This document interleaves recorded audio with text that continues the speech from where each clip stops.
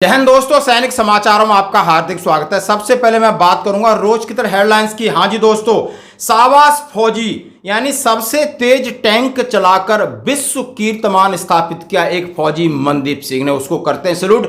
देखना वीडियो कितनी रफ्तार में टैंक चलाया, पूरे विश्व का कंपटीशन था। और दोस्तों कल 31 मई को डबल खुशी, पेंशन होगी क्रेडिट और एआईसीपीएन के आंकड़े होंगे जारी लगभग 3 महीने के और बढ़ोतरी का चलेगा पता।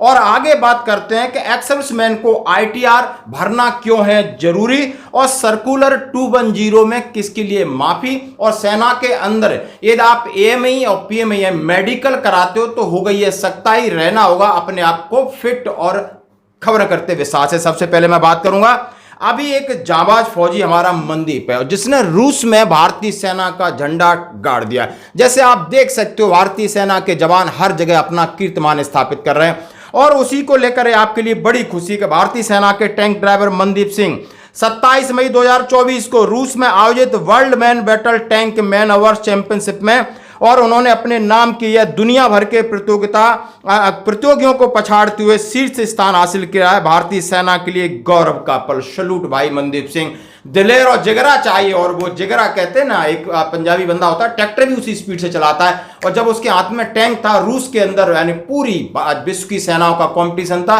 और उसने झंडा गाड़ा है। बिल्कुल हम बधाई कहते हैं और आप भी एक लाइक करिए इस बंदे के लिए। आइए अब आगे बढ़ते हैं। 31 मई, हाँ जी दोस्तों आज है 30, कल होगी 31 मई और 11 बजे तक आपके खाते में आएगी पेंशन। चाहे आप किसी बैंक से हैं, आप इस वर्ष में माइग्रेट हो गए तो कल आपकी पेंशन क्रेडिट होगी। यदि आपका मैसेज आया है या नहीं आया है, घबराने की कोई बात नहीं है।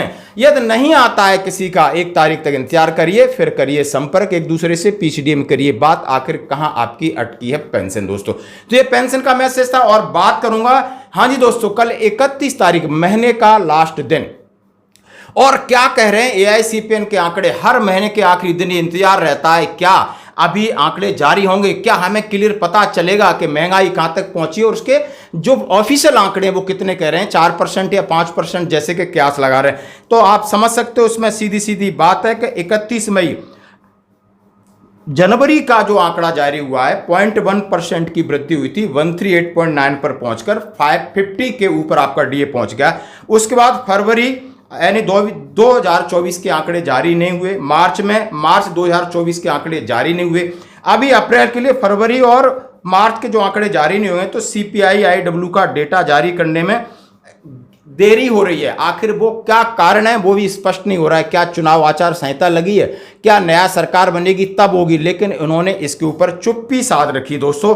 और इसकी जो लेबर ब्यूरो की वेबसाइट है इस पर भी कोई अपडेट नहीं है, लेकिन कयास लगा जा रहा है आपका कम से कम 4, ज्यादा से ज्यादा 5% की बढ़ोतरी ये पक्की होगी जैसा कि चल रहा है। अब मैं बात करूंगा सर्कुलर 210 की, जिसमें सीधा सीधा कहा गया है कि आखिर आईटीआर किसके लिए माफ है और क्या आपको आईटीआर भरना चाहिए। हाँ जी दोस्तों, यदि आपकी पोस्ट ऑफिस में बहुत सारी स्कीमें, आपने पैसा लगा रखा है, कहीं भी आपका पैसा कटता है तो आप रिफंड करा सकते हो। और अपना फॉर्म 16 अपना डाउनलोड करिए। कहाँ से करिए? अपने मोबाइल से करिए। मोबाइल से किससे करिए कि आपका जहां पर आपने इस पर में माइग्रेट हो गए हैं, आपके पास रेफरेंस आईडी है, पासवर्ड है, अपना लॉगिन करिए। पे स्लिप भी डाउनलोड कर सकते हो अभी, और आपको फॉर्म 16 दोनों डाउनलोड करिए और चेक करिए आपकी जो पे और पेंशन आ रही है, पेंशन स्लिप भी मिलेगी। फॉर्म 16 डाउनलोड करके आप आईटीआर फाइल कर सकते हैं, चाहे आपका कट रहा है या नहीं कट रहा है, क्योंकि आगे बहुत जरूरी है। नहीं कभी जुर्माना भी वो लगा सकते हैं, क्योंकि वो चाह रहे हैं कि जितने भी पेंशनर्स हैं, जितने भी लोग हैं देश के अंदर, सभी अपना आईटीआर फाइल करें दोस्तों, और ये बहुत जरूरी है। और आईटीआर किसके लिए माफ है? सर्कुलर 210 कह रहा है, 2020 का सर्कुलर है, कह रहा है exemption from income tax service element of disability pension granted to disabled person of armed forces who have been invalid out या account of disability attributed to aggravated military.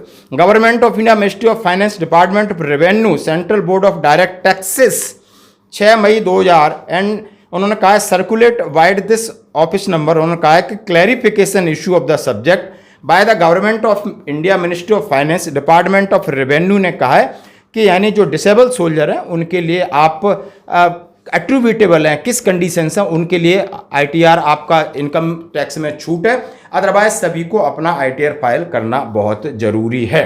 तो ये है सीधी गाइडलाइन। और बात करते हैं, हाँ जी दोस्तों, सेना के अंदर मेडिकल, जैसा हम जानते हैं हमारा हर साल एक मेडिकल होता है जिसको बोलते हैं एएमए एनुअल मेडिकल एग्जामिनेशन, एक होता है पीएमए पेरियोडिकल मेडिकल एग्जामिनेशन। एक आप समझ सकते हो कि नायब सूबेदार बनते हैं उसके 1 साल के भीतर कराना पड़ता है, तो इसके लिए 24 मई 2024 यानी आज से 4 दिन पहले एक एडवाइजरी निकली IHQ MOD adjutant general branch की। कंडक्ट ऑफ इनहेंस एएमए यानी एनुअल मेडिकल एग्जाम को कब और किस किस तरीके से कंडक्ट करना है उसकी क्राइटेरिया चेंज है। उन्होंने कहा है schedule of MA medical examination for JSU are will carried out once a year 2 months before in initiation of ACR in the month of March to June of those individual who हम यानी ACR से 2 महीने पहले आपका medical examination होता है। Type of medical examination annual medical examination और periodical medical examination for JSU only.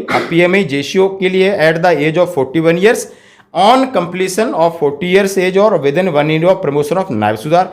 Medical exam prior to release और जब आप सेना से जा रहे हो तब होता है, यानी 3 प्रकार का मेडिकल एग्जाम होता है। और क्लिनिक एग्जामिनेशन, लैब इन्वेस्टिगेशन है और उसके अंदर क्या क्या कंडीशंस हैं, किसी को ये लेटर चाहिए, कौन सा बोर्ड है, किस तरह आपको, बहुत सारी चीज़ें इसमें इंक्लूड कर दी हैं, बहुत सारे पैरामीटर आप बढ़ा दिए हैं। तो इसकी किसी को चिट्ठी चाहिए तो मेरे सैनिक जीवन पेज से मुझे व्हाट्सएप करते हैं। दोस्तों आज की खबरों में इतना ही, बने रहिए हमारे साथ।